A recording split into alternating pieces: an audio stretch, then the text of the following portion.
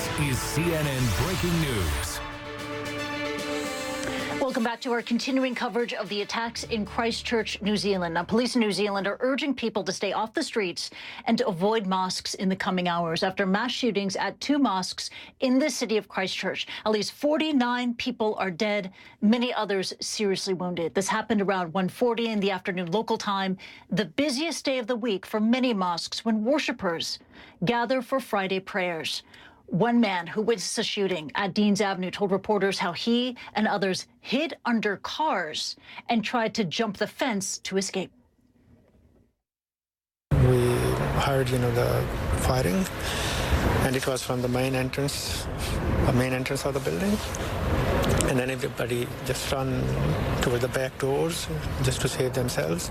We saw many injured, bullets in arms and bombs and, everywhere. One woman was lying there. She was just lying on the road. And I don't know how many people died. CNN's Matt Rivers is tracking developments. He joins us again. And Matt, in the last 30 minutes, you heard it live here in CNN, updates from the New Zealand Police Commissioner about the suspects and the death toll.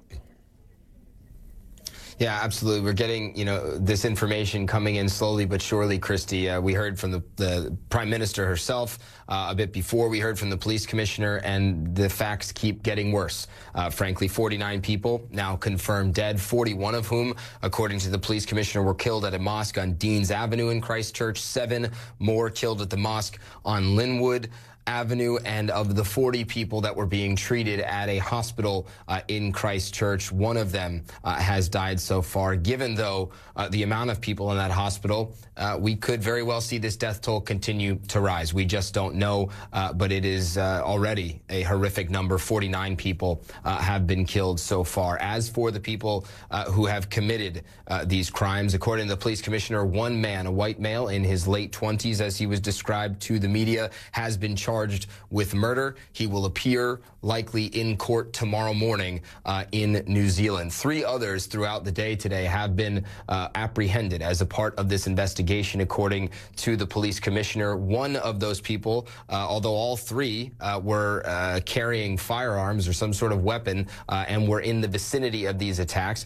it appears that one of the 3 had nothing to do with the incident, and police are still talking to the other 2 people who to try and figure out what they were doing in the area with weapons at the time. According to the police, no other threats at this moment. They're not actively looking for anyone else, but they stressed that they are very much maintaining vigilance, not only in Christchurch, but around the country. They're also still working on disarming an IED that was found on one of the vehicles that was used in these attacks. Initially, we were told that there were IEDs on multiple vehicles, but police clarified that statement in this latest press conference, Christie, saying that there were 2 IEDs found on one of the vehicles. One of them has been disarmed already. They are working on doing the other one. Matt, warnings have been issued to members of the Muslim community in the wake of these attacks. What kind of warnings have police issued to the Islamic community in Christchurch and across New Zealand?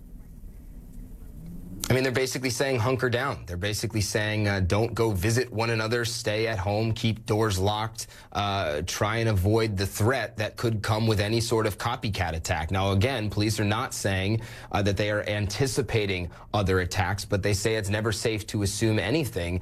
And so they are warning not only the Muslim community, but New Zealand at large to stay at home tonight. And the Prime Minister of New Zealand, Jacinda Ardern, she has been providing updates throughout the day. In addition to providing key information about these shootings, she has also been trying to console a nation that has been reeling in the back of these sickening attacks.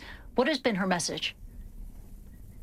Her message is that this is not New Zealand, that this is not the country that has had a history of welcoming immigrants recently. I mean, this is a country with an immigration policy that accepts people from around the world, that accepts members of the Muslim community and encourages them to live there and to raise their families.